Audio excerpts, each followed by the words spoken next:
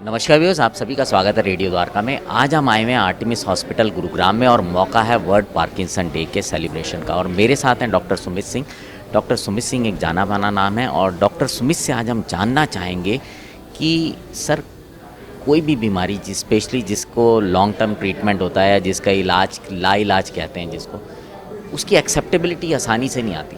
तो आपके पास भी जो पेशेंट्स आते होंगे उनके लिए सबसे बड़ा चैलेंज क्या रहता है पार्किंसंस को लेकर?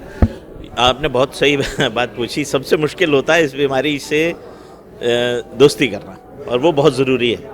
तो सब पेशेंट्स ये समझते हैं, हे भगवान मुझे क्या हो गया, अब मैं अपाहिज हो जाऊंगा, अब मैं चल नहीं पाऊंगा, अब मैं बेड पे आ जाऊंगा, मैं अपनी डेली चीज़ों को पूरी तरीके से नहीं कमा पाऊंगा, मैं अपने परिवार का ध्यान नहीं रख पाऊंगा। ये सबसे मुश्किल काम होता है। तो ऐसे में हम उनको ये समझाने की कोशिश करते हैं कि भाई, ब्लड प्रेशर का दुनिया में कोई इलाज नहीं है, बट ब्लड प्रेशर के मरीज़ ठीक रहते हैं। शुगर इतनी ख़तरनाक बीमारी है, यदि उसका इलाज ना किया जाए, बट इलाज करते हैं तो ठीक रहते हैं, और इलाज ना करें तो वो कंट्रोल नहीं हो सकती। थायराइड का कोई इलाज नहीं है, हार्ट का कोई इलाज नहीं है, स्ट्रोक का कोई इलाज नहीं है। इसी प्रकार से पार्किंसन रोग का मान लीजिए इलाज नहीं है, बट उसका कंट्रोल तो बहुत अच्छे तरीके से पॉसिबल है।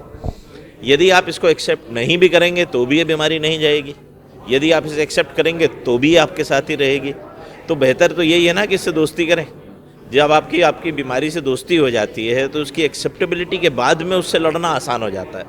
तो हम समझाते हैं कि जब तक आप जीवित हैं तब तक हमारी ये गारंटी है कि हम आपको ठीक रखेंगे, दवाइयों से रखेंगे। जब दवाइयाँ ख़त्म हो जाएंगी काम करना तो हम आपका ऑपरेशन करेंगे, बट जब तक आप जीवित हैं तब तक आप चलते फिरते रहेंगे, अपने सारे काम खुद करेंगे, और अपने परिवार का लालन पालन भी यदि आपको करना पड़े तो वो भी आप बड़े आराम से कर पाएंगे। सर, मेडिकल एक ऐसी फील्ड है जहाँ बहुत ज़्यादा इनोवेशंस होती हैं, बहुत सारा चीज़ें रोज़ बदलती रहती हैं। क्या पार्किंसन में भी अगर मैं आपसे समझूं, जो मेडिसिन्स हैं उनमें भी डिफरेंस आता जा रहा है कि जैसे पहले होता था 5 साल 7 साल बाद दवाइयों का असर कम होने लग, तो क्या कुछ नई तरह की चीज़ें भी आ रही हैं? बहुत सारी दवाइयाँ हैं, बहुत सारे तरीके हैं। कुछ स्किन के पैचेस आ गए हैं जो 24-24 घंटे लगाते हैं। बट आपको समझना पड़ेगा कि जो भी दवाई दी जाएगी वो काम तो वही कर रही है। बेसिकली काम है जो दिमाग में डोपामीन बननी कम हो गई है उसको दोबारा डोपामीन में कन्वर्ट करना, क्योंकि वो डोपामीन दोबारा बननी शुरू नहीं होगी, ये बात निश्चित है। तो अभी तक कोई ऐसी दवाई ईजाद नहीं हुई है जो डोपामीन दिमाग के अंदर दोबारा से बनाना शुरू कर दे। बाहर से डोपामीन को भिन्न भिन्न प्रकार से पहुंचाने की प्रक्रिया के लिए तो बहुत सारी दवाइयां हैं।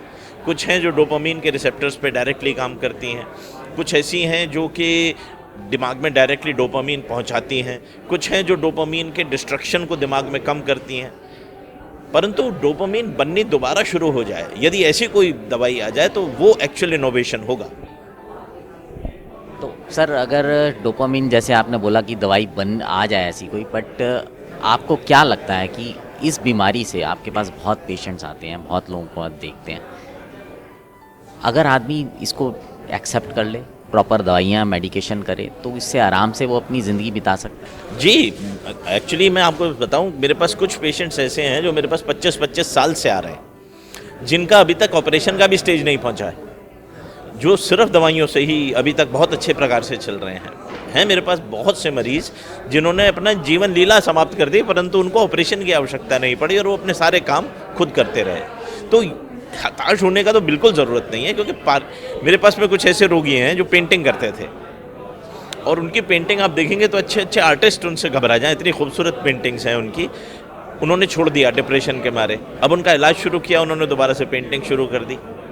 हमारे पास ऐसे पेशेंट्स हैं जिन्होंने गाना सीखा और अब वो प्रोफेशनली गाने गा रहे हैं। ऐसे पेशेंट्स हैं जो प्रोफेशनल कॉम्पिटिटिव मैराथन भाग रहे हैं आफ्टर पार्किंसंस।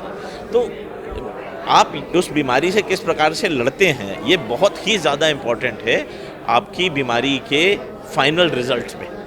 बहुत बहुत धन्यवाद सर आपका। मैं समझता हूँ कि जो लोग भी इसको सुनेंगे उनको इससे बहुत लाभ होगा, क्योंकि व्यूअर्स सबसे इम्पॉर्टेंट होता है किसी भी चीज़ के साथ आप किस तरह से लड़ते हैं। जैसा डॉक्टर साहब ने बोला कि अगर आप इसको एक्सेप्ट कर लेंगे और सही तरीके से इसका इलाज कराएंगे तो इस बीमारी से लड़ा जा सकता है और संभवतः आप अपना जीवन बढ़िया तरीके से बिता सकते हैं। बहुत बहुत धन्यवाद। जुड़े रहें रेडियो द्वारका के साथ। Thank you sir.